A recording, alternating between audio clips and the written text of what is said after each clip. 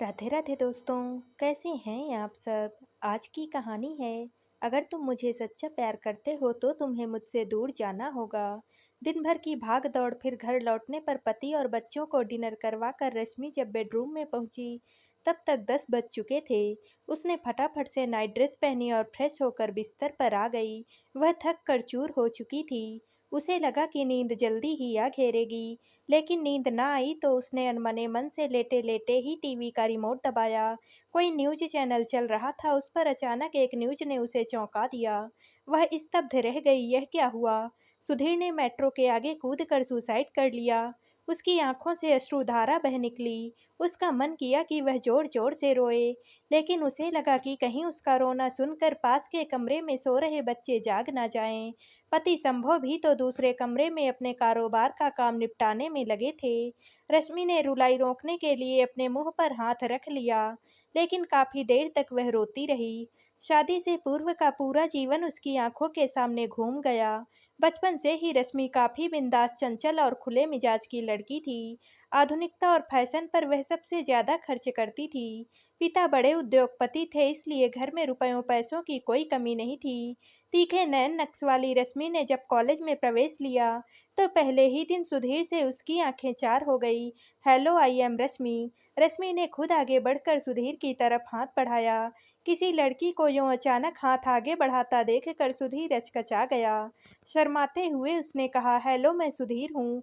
कहाँ रहते हो, कौन सी क्लास में हो? रश्मि ने पूछा।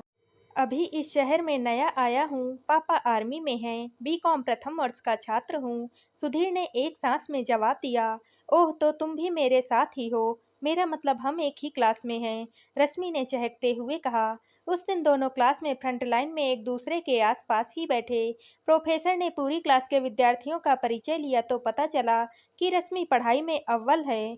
कॉलेज टाइम के बाद सुधीर और रश्मि साथ साथ बाहर निकले तो पता चला कि सुधीर को पापा का ड्राइवर कॉलेज छोड़ गया था। रश्मि ने अपनी मोपेड बाहर निकाली और कहा, चलो मैं तुम्हारे घर छोड़ती हूँ। नहीं नहीं, ड्राइवर आने ही वाला है। अरे चलो भाई, रश्मि खा नहीं जाएगी। रश्मि के कहने का अंदाज कुछ ऐसा था कि सुधीर उसकी मोपेड पर बैठ गया। पूरे रास्ते रश्मि की चपड़ चपड़ चलती रही। उसे इस बात का ख्याल ही नहीं रहा कि वह सुधीर से पूछे कि कहाँ जाना है। बातों बातों में रश्मि अपने घर की गली में पहुंची तो सुधीर ने कहा, बस यही छोड़ दो। ओ सॉरी, मैं तो पूछना ही भूल गई कि आपको कहाँ छोड़ना है। मैं तो बातों बातों में अपने घर की गली में आ गई। बस यही तो छोड़ना है, वह सामने वाला मकान हमारा है। अभी कुछ दिन पहले ही किराए पर लिया है। पापा ने। अच्छा, तो आप लोग आए हो हमारे पड़ोस में? रश्मि ने कहा। जी हाँ, चलो फिर तो हम दोनों साथ साथ कॉलेज आया जाया करेंगे। रश्मि और सुधीर के बाद के दिन यूं ही गुजरते गए। पहली मुलाकात दोस्ती में और दोस्ती प्यार में जाने कब बदल गई पता ही न चला। रश्मि का सुधीर के घर यूं आना जाना होता जैसे वह घर की ही सदस्य हो। सुधीर की मम्मी रश्मि से खूब प्यार करती थी। कहती थी कि तुझे तो अपनी बहू बनाऊंगी। इस प्यार को पाकर रश्मि के मन में भी नई उमंगें पैदा हो गई। वह सुधीर को अपने जीवन साथी के रूप में देखकर कल्पनाएं करती।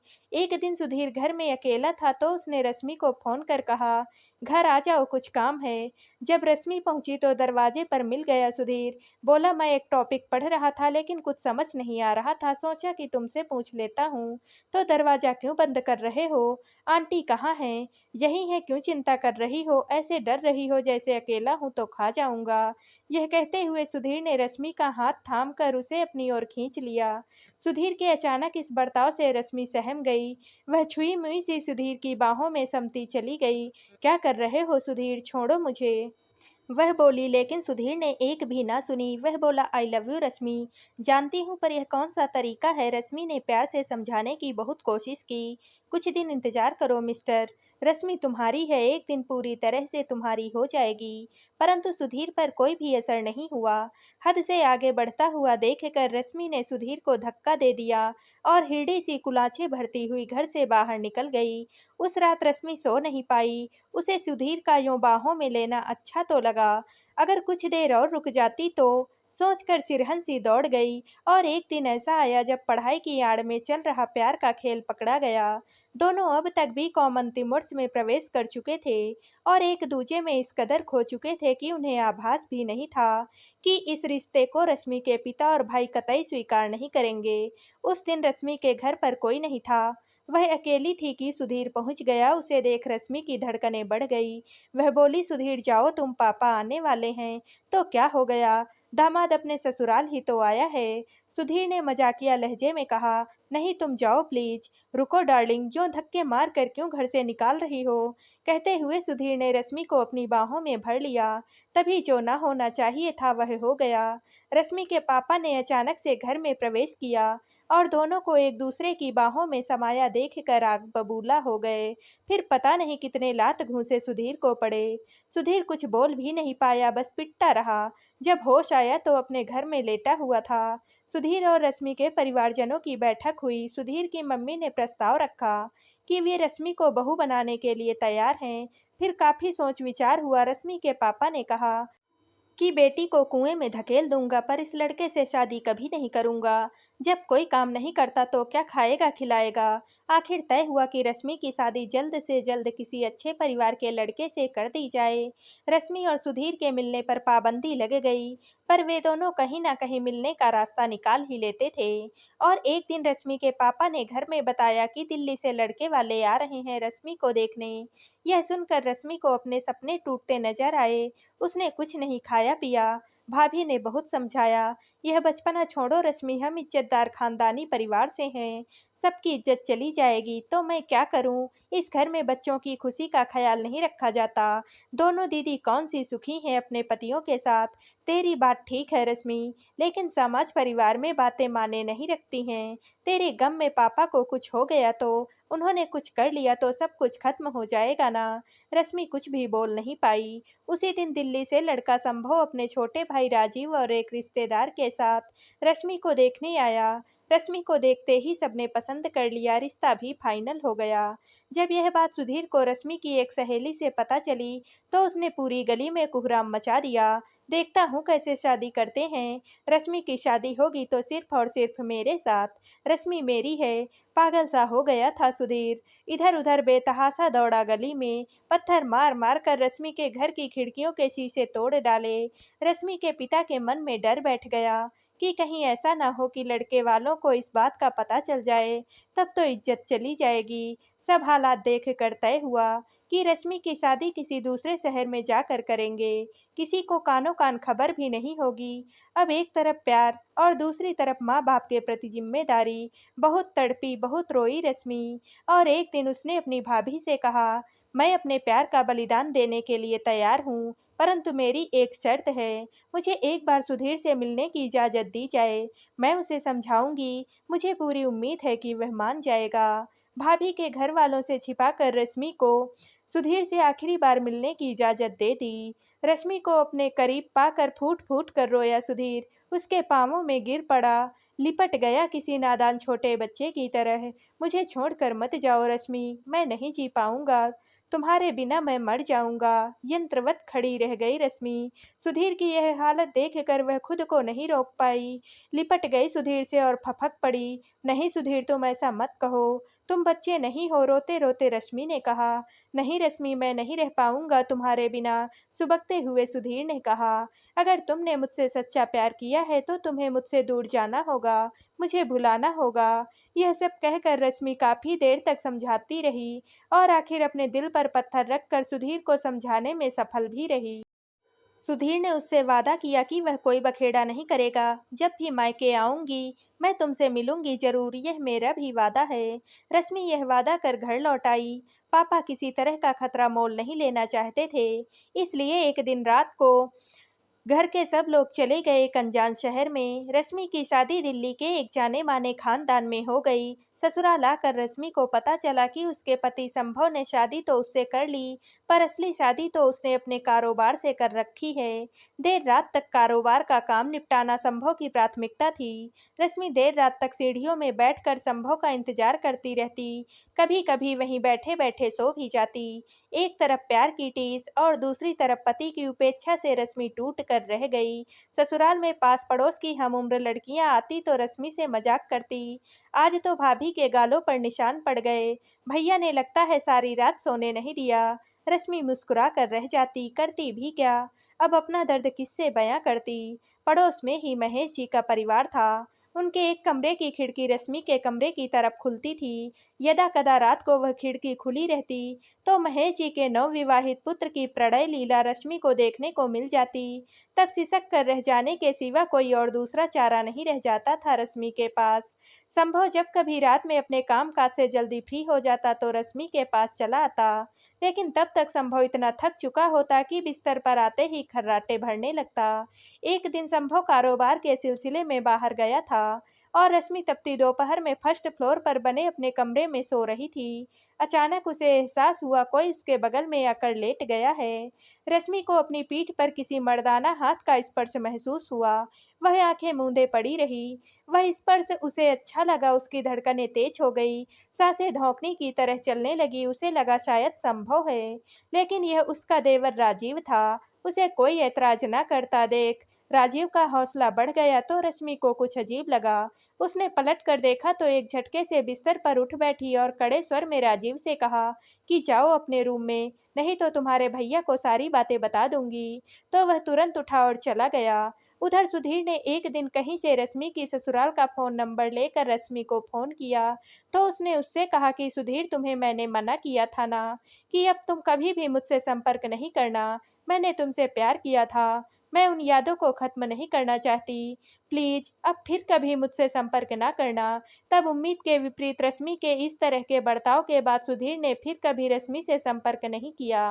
रश्मि अपने पति के रूखे और ठंडे व्यवहार से तो परेशान थी ही, उसकी सास भी कम नहीं थी। रश्मि ने फिल्मों में ललिता पंवार को सास के रूप में देखा था, उसे लगा वही फिल्मी चरित्र उसकी लाइफ में आ गया है। हसीन ख्वाबों को लिए उड़ने वाली रश्मि धरातल पर आ गई। संभव के साथ जैसे तैसे एडजस्ट किया उसने, परंतु सास से उसकी पटरी नहीं बैठ पाई। संभव को भी लगा अब सास बहू का एक साथ रहना मुश्किल है। तब सब ने मिलकर तय किया कि संभव रश्मि को लेकर अलग घर में रहेगा। कुछ ही दूरी पर किराए का मकान तलाशा गया और रश्मि नए घर में आ गई।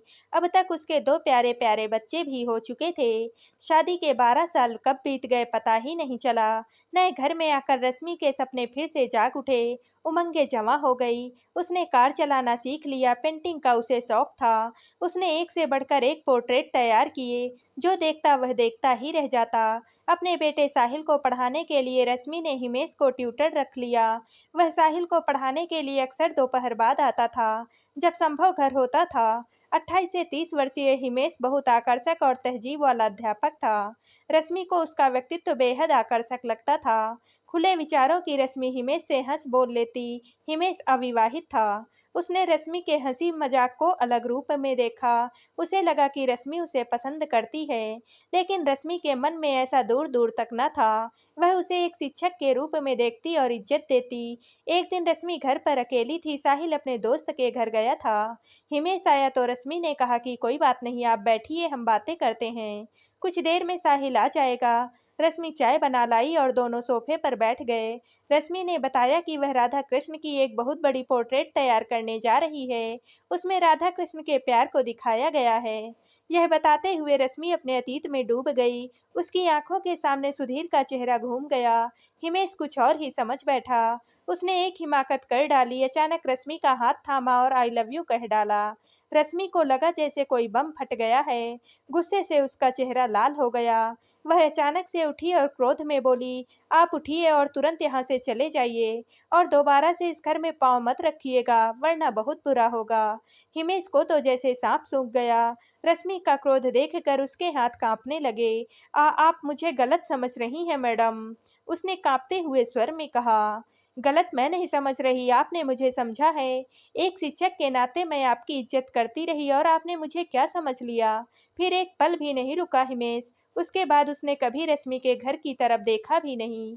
जब कभी साहिल ने पूछा तो रश्मि ने उसने कहा कि सर बाहर रहने लगे हैं। रश्मि की जिंदगी फिर से दौड़ने लगी। एक दिन एक 5 सितारा होटल में लगी डायमंड ज्वेलरी की प्रदर्शनी में एक संभ्रांत परिवार की 30 से 35 वर्षीय महिला ऊर्जा से रश्मि की मुलाकात हुई। बातों ही बातों में दोनों इतनी घुल मिल गई कि दोस्त बन गई। वह सच में ऊर्जा ही थी। गजब की फुर्ती थी उसमें। ऊर्जा ने बताया कि वह अपने घर पर योगा करती है। योगा सिखाने और अभ्यास कराने योगा सर आते हैं। रश्मि को लगा वह भी ऊर्जा की तरह गठीले और आकर्षक फिगर वाली हो जाए तो मजा आ जाए। तब हर कोई उसे देखता ही रह जाएगा। ऊर्जा ने स्वाति से कहा कि मैं योगा सर को तुम्हारा मोबाइल नंबर दे दूंगी। वे तुमसे संपर्क कर लेंगे। रश्मि ने अपने पति संभव को मना लिया कि वह घर पर योगा सर से योगा सीखेगी। एक दिन रश्मि के मोबाइल घंटी बजी। उसने देखा तो कोई नया नंबर था। रश्मि ने फोन उठाया तो उधर से आवाज आई, हेलो मैडम, मैं योगा सर बोल रहा हूँ। ऊर्जा मैडम ने आपका नंबर दिया था। आप योगा सीखना चाहती हैं? जी हाँ, मैंने कहा था ऊर्जा से। रश्मि ने कहा, तो कहिए कब से आना है, किस टाइम आ सकते हैं आप? कल सुबह 6 बजे आ जाता हूँ। आप अपना एड्रेस नोट करा दें। रश्मि ने अपना एड्रेस नोट करा दिया। सुबह 5:30 बजे का अलार्म बजा तो रश्मि जाग गई। योगा सर 6 बजे आ जाएंगे, यही सोचकर वह आधे घंटे में फ्रेश होकर तैयार रहना चाहती थी। बच्चे और पति संभव सो रहे थे। उन्हें 8 बजे उठने की आदत थी। रश्मि उठते ही वॉशरूम में गई। फ्रेश होकर योगा की ड्रेस पहनी। तब तक 6 बजने जा रहे थे कि अचानक से डोरबेल बजी। योगा सर ही हैं। यह सोचकर उसने दौड़कर दरवाजा खोला। दरवाजा खोला तो सामने खड़े शख्स को देखकर वह स्तब्ध रह गई। उसके सामने सुधीर खड़ा था। वही सुधीर जो उसकी यादों में बसा रहता था। तुम योगा सर? रश्मि ने पूछा। हाँ, फिर सुधीर ने अंदर आने को नहीं कहोगी कहा तो रश्मि हड़बड़ा गई। हाँ हाँ, आओ आओ ना प्लीज, उसने कहा। सुधीर अंदर आया तो रश्मि ने सोफे की तरफ इशारा करते हुए उसे बैठने को कहा। दोनों एक दूसरे के सामने बैठे थे। रश्मि को कुछ भी समझ में नहीं आ रहा था कि वह क्या बोले क्या नहीं। सुधीर कहे या योगा सर? रश्मि सहज नहीं हो पा रही थी। उसके मन में सुधीर को लेकर अनेक सवाल चल रहे थे। कुछ देर में वह सामान्य हो गई तो सुधीर से पूछ लिया, इतने साल कहाँ रहे? सुधीर चुप रहा तो रश्मि फिर से बोली, प्लीज सुधीर, मुझे ऐसी सजा मत दो। आखिर हमने प्यार किया था, मुझे इतना तो हक है जानने का। मुझे बताओ यहाँ तक कैसे पहुँचे? और अंकल आंटी कहाँ हैं? तुम कैसे हो? रश्मि के आग्रह पर सुधीर को झुकना पड़ा। उसने बताया कि तुमसे अलग होकर कुछ टाइम मेरा मानसिक संतुलन बिगड़ा रहा। फिर थोड़ा सुधरा तो शादी की, लेकिन पत्नी ज्यादा दिन साथ नहीं दे पाई। घर बार छोड़कर चली गई और किसी और के साथ घर बसा लिया। फिर काफी दिनों के इलाज के बाद ठीक हुआ तो योगा सीखते सीखते योगा सर बन गया। तब किसी योगाचार्य के माध्यम से दिल्ली आ गया। मम्मी पापा आज भी वही हैं, उसी शहर में। सुधीर की बातें सुनकर अंदर तक हिल गई रश्मि। यही जिंदगी का कैसा खेल है। जो उससे बेइंतहा प्यार करता था वह आज किस हाल में है, सोचती रह गई थी रश्मि। अजब धर्म संकट था उसके सामने। एक तरफ प्यार तो दूसरी तरफ घर संसार। क्या करे वह? सुधीर को घर आने की अनुमति दे या नहीं? अगर बार बार सुधीर घर आया तो क्या असर पड़ेगा गृहस्थी पर? माना कि किसी को पता नहीं चलेगा कि योगा सर के रूप में सुधीर हैं। लेकिन कहीं वह खुद कमजोर पड़ गई तो? उसके दो छोटे छोटे बच्चे भी हैं। गृहस्थी जैसी भी है बिखर जाएगी। उसने तय कर लिया कि वह सुधीर को योगा सर के रूप में स्वीकार नहीं करेगी। कहीं दूर चले जाने को कह देगी इसी वक्त। देखो सुधीर, मैं तुमसे योगा नहीं सीखना चाहती। रश्मि ने अचानक से सामान्य बातचीत का क्रम तोड़ते हुए कहा। पर क्यों रश्मि? हमारे लिए यही ठीक रहेगा सुधीर। प्लीज समझो। अब तुम शादीशुदा हो। अब वह बचपन वाली बात नहीं है रश्मि। क्या हम अच्छे दोस्त बनकर भी नहीं रह सकते?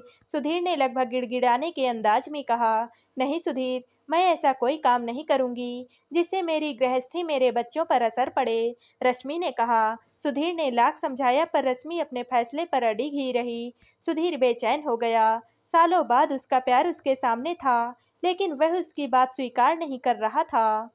आखिर रश्मि ने सुधीर को विदा कर दिया, साथ ही कहा कि दोबारा संपर्क की कोशिश ना करे। सुधीर रश्मि से अलग होते वक्त बहुत तनावग्रस्त था, पर उस दिन के बाद सुधीर ने रश्मि से संपर्क नहीं किया।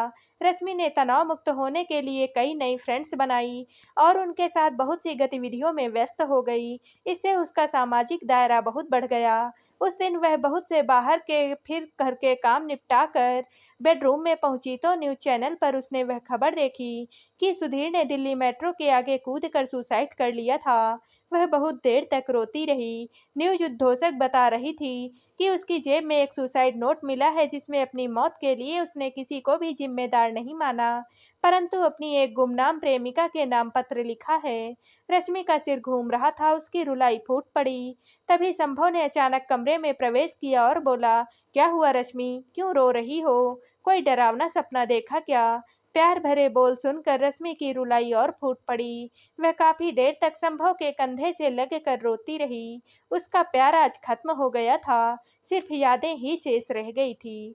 तो दोस्तों, आप सबको ये कहानी कैसी लगी? कमेंट करके ज़रूर बताइएगा और वीडियो को लाइक व शेयर कीजिएगा। दोस्तों, अगर आप इस चैनल पर नए हैं और अब तक आपने हमारे चैनल को सब्सक्राइब नहीं किया है, तो प्लीज़ चैनल को सब्सक्राइब कर लीजिएगा। कल मिलते हैं एक और नई कहानी के साथ। आप सभी का बहुत बहुत धन्यवाद।